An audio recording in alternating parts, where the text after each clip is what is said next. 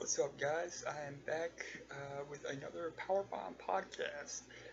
This time we are going to cover NXT TakeOver San Antonio and the Royal Rumble. And as I am recording this, I believe um, Elimination Chamber is this coming Sunday. So, you know, I'm getting this recorded now, and I may drop it as soon as it records.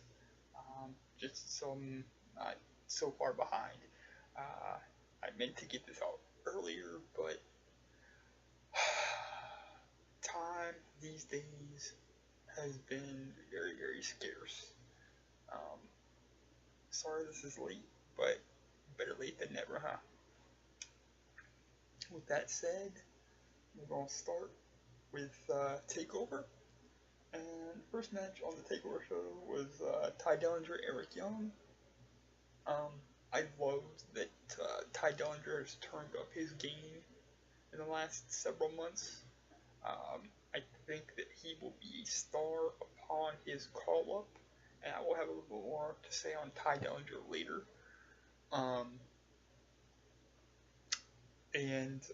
You know, Young gets the W, but Ty came out of this as a bigger star. So I think the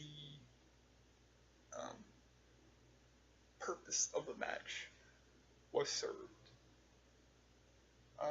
Next, we had Andrade Cien Almas versus Roderick Strong, and it's no secret. I can watch Roderick Strong wrestle all day, every day, and twice on Sunday. Let's see. Um, he did pick up the win in this match, but I think he needs better opponents. Because for whatever reason, and this is not a slide on Andrade, they just didn't gel. There are guys you get in the ring with, you just don't gel. So that's definitely the case here. I don't think that they gelled, and it's neither one of the guys' fault. Um, but Roddy picks up the W as he should have, and yeah, he needs to be on the main roster at some point too. Next match, you had DIY defending the tag belts against the Authors of Pain. Um, this match was really, in my eyes, better than it should have been or it had any right to be, just because of who DIY was in the ring with. It's not a slight to those guys. It's not even meant to be a slight to the Authors of Pain. It's just, I don't like what they do. And, you know, there are people that probably do. I'm just not one of them, which is fine. But it was definitely better than it should have been. Gargano and Ciampa, took AOP definitely deeper than they've ever been, worked them harder than they ever had to work, and took them into deep waters. And I'm happy to say, even though I don't like what they do, that AOP is capable of going into, or they are capable of going into the deep waters and wrestling a, 10, 12, 15-minute match and being okay. AOP got the W and took the belt and took the straps. And it's definitely the best match I've seen pulled out of Authors of Pain since they debuted. And that goes to the ability of Johnny and Tommaso. So awesome. And then we had an on camera for the broadcast crew, and then Seth Rollins hijacked the show, which was a holy shit moment for me because I don't think anybody expected that. But to see, and he called out, Triple H, and Triple H came out and stared at him, and then uh, waved out security, and security came out to, um, escort him from the building, and um, things like this, special little surprising things like this that can take you out of your seat and make you legitimately go, holy shit, um, are why I have loved this sport since I was 8 years old, and it's why I will love this sport until I'm dead.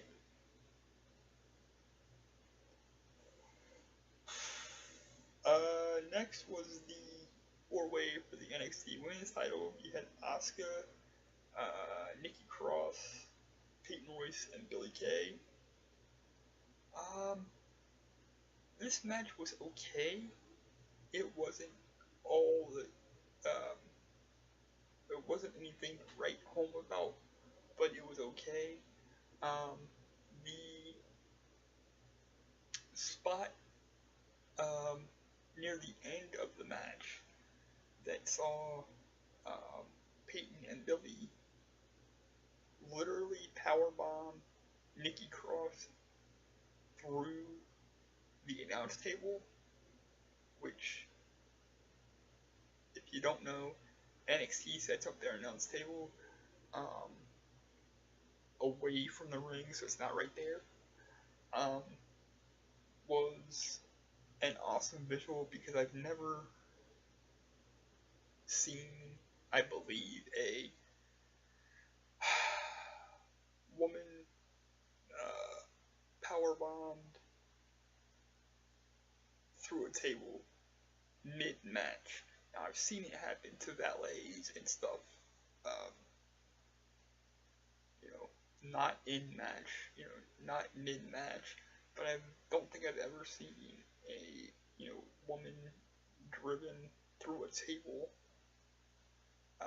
mid-match. And yes, I realized there was a women's tables match a couple years back at a pay-per-view, but I'm not counting that because, well, the table didn't really break.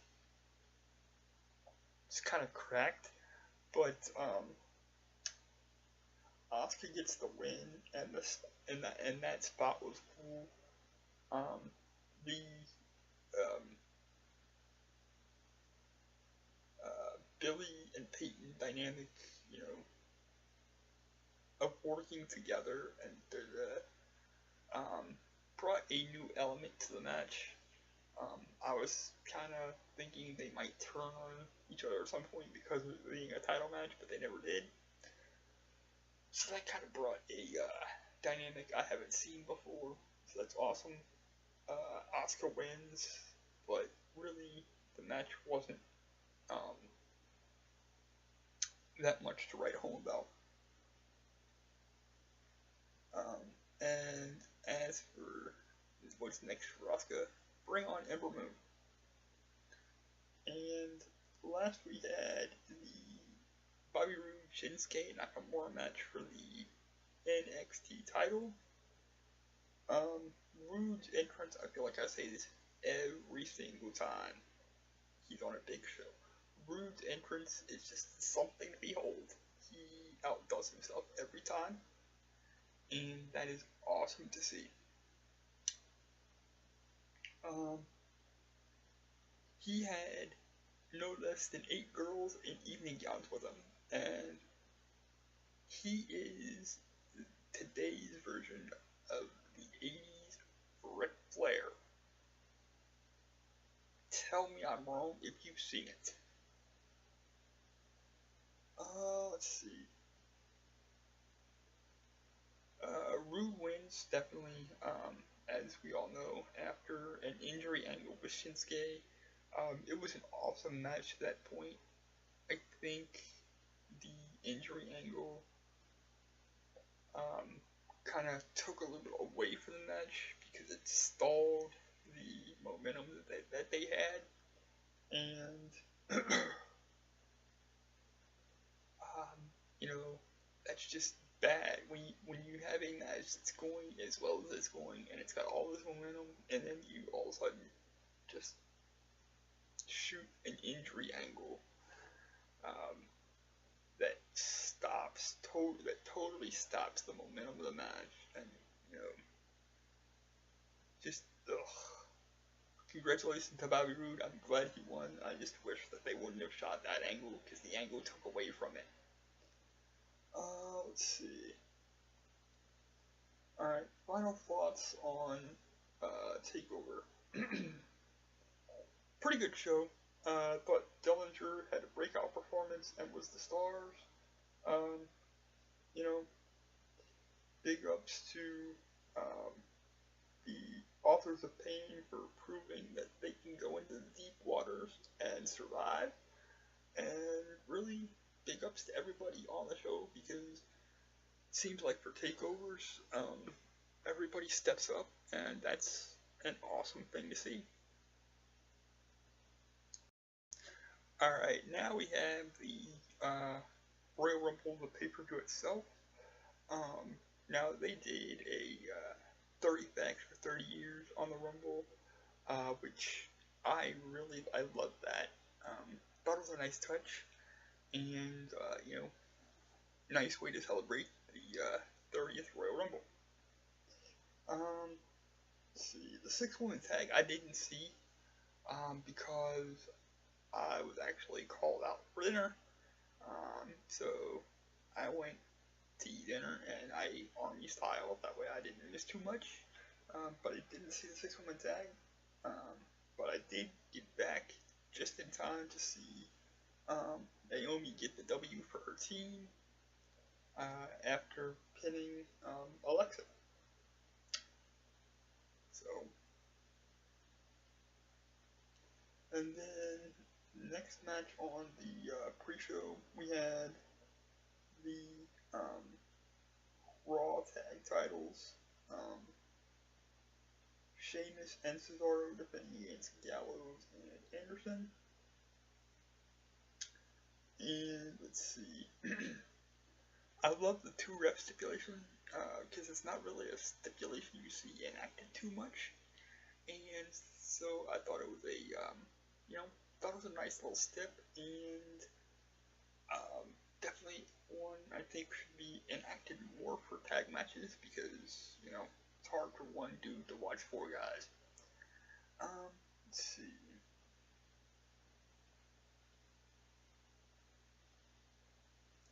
The match itself was okay, in my opinion.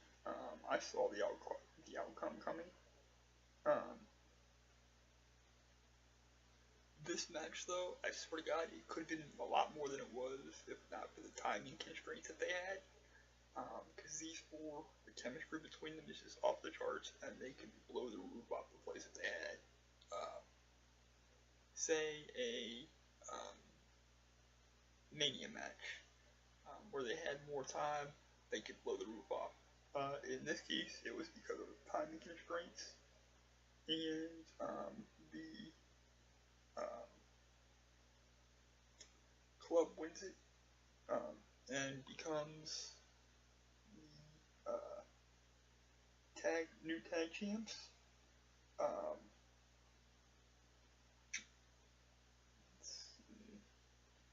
But yeah, I definitely did love the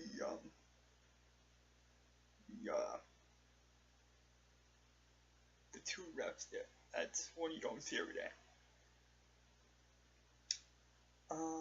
Third match on the pre-show was Sasha and Nia, and wow,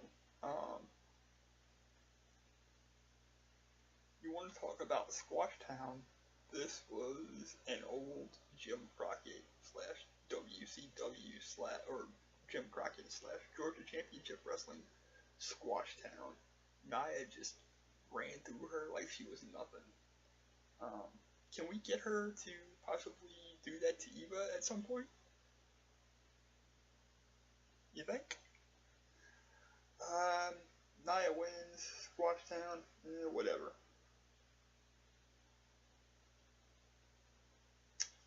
And then you get into the actual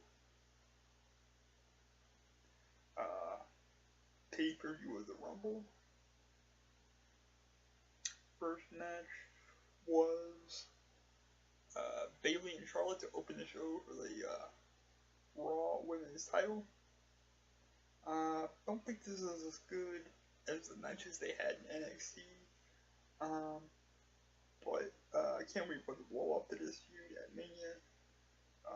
Charlotte retained the natural selection, and if the plans are still what I'm hearing they are, to Banner Mania to be a hugger. So,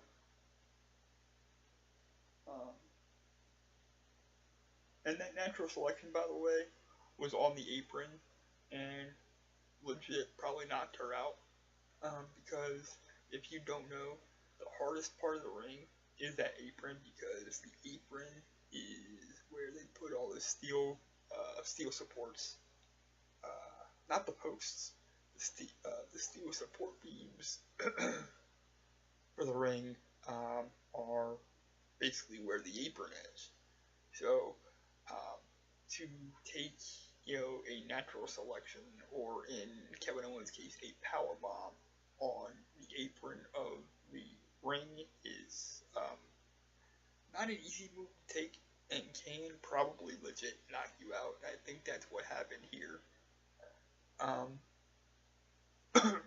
But it was still a good match. It's not to say the match was shitty, because it wasn't.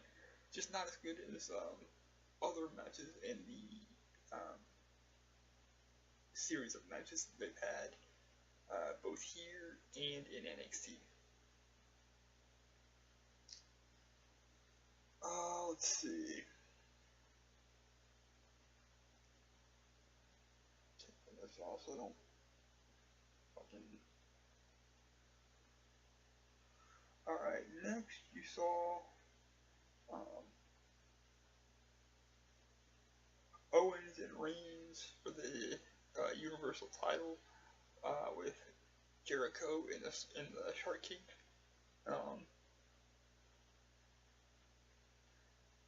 And as much as Jericho was shaking that goddamn cage, I have no idea how it stayed attached to the cables that were holding it up. Cause yeah, he was going to work on that. It was one hell of a match. KO and Roman have definite chemistry. I think that this might have been the blow-off for them, though.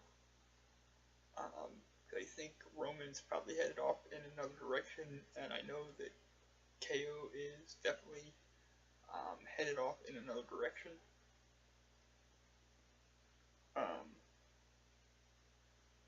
And Owens retains after Braun Strowman runs in and basically destroys Roman for him, as Roman was looking to hit the spear and then actually take the title.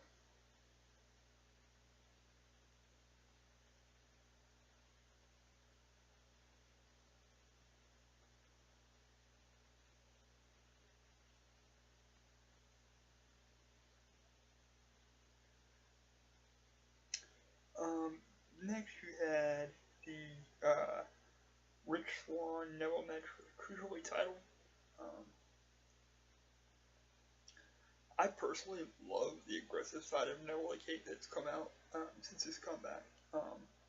It's always great to add layers to your character, and Rich has done the same. Rich has turned up his intensity and his aggressiveness too.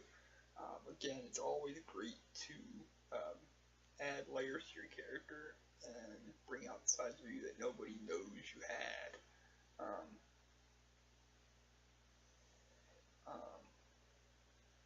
And Rich is, like I said, done the same thing. He's all, dancing and funny games until the bell rings, but once that bell rings, he turns into a machine, and the intensity you could see it just ramp up.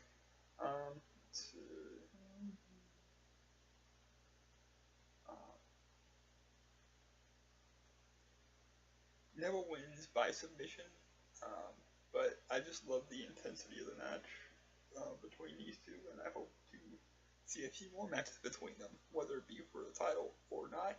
It doesn't matter to me. I just love the intensity that these two are bringing to their matches. So yeah, that's.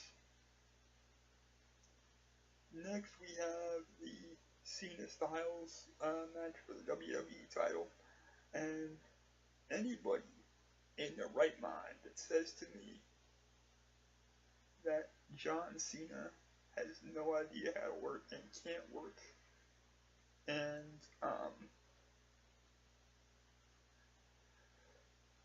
all that bullshit, can kiss my ass, suck my dick, or whatever. Because this match here was some of the best work I've ever seen from both guys. These guys are on a work level far and away above anybody else on the roster at this point. And John actually said that in an interview. You know, and I think it was on Talking Smack. And it's true. Him and AJ are, it's like everybody else is here, him and AJ are up here. So it's like a level above, and people are trying to get there and just can't for whatever reason. Definitely well worth seeing. This match is definitely well worth your $9.99 for January. If it was just this match alone. And Cena wins, captures his 16th world title, tying Ric Flair, which is awesome. Do I think he'll get 17 and break the record? It's possible at some point. I think he'll get 17. And I think if anybody was going to break the record, it should be him. I think he's earned that, and I think he's proven that he can handle that. So, definitely well worth the $9.99 on its own. I definitely recommend this match out of all these to see, and big ups to John and AJ for just putting the work in and doing what they do and tearing the house down.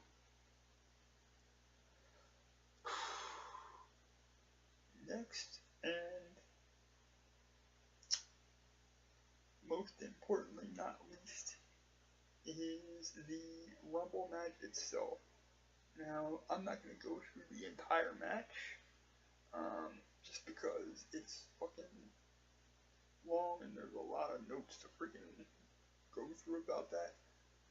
So I'm just going to go through a few things that I kind of picked up from this one. Kofi's save was kind of meh, based on other things that he's done, but it is what it is. You can only go back to the well, so many times before everything just starts to become meh.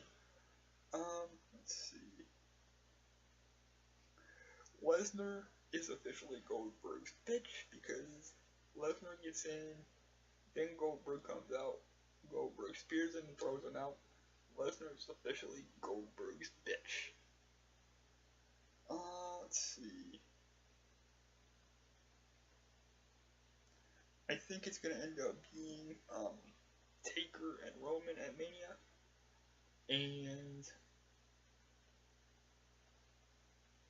I'm not sure, but I think that might end up, based on what I'm hearing, be Taker's last match. I hope that it isn't, but I think that it may be, just based on age and, slowing down. He's starting to slow down. He needs surgery or whatever, and all that stuff. So I think it might be his last match. Um, but I think that's it's what it's what the Rumble setup was. Taker and Roman at Mania. Let's see.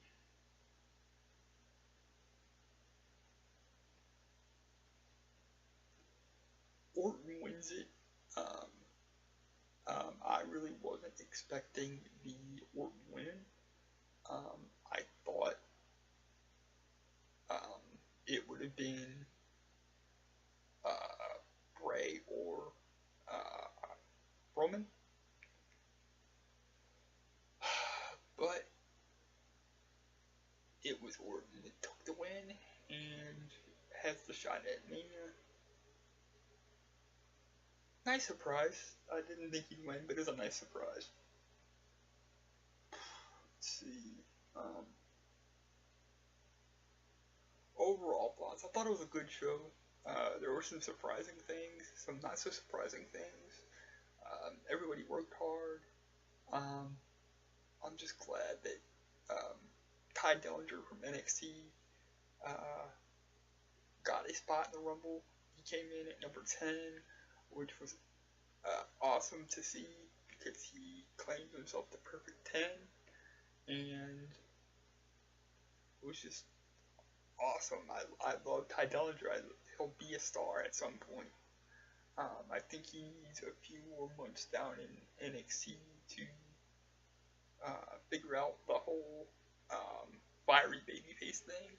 But once he does, boy, he will be a star to come, and he'll be a star for a very, very long time. With that said, pretty good show. Styles Cena delivered, which is the one I was kind of going into hoping that would deliver. And there were a couple of surprises that came out of this show. So, with that said, bring on the chamber. Thanks for watching. Thanks for listening. Thanks for allowing me to do what I do. Without y'all, I couldn't do it. So, I love y'all. Peace.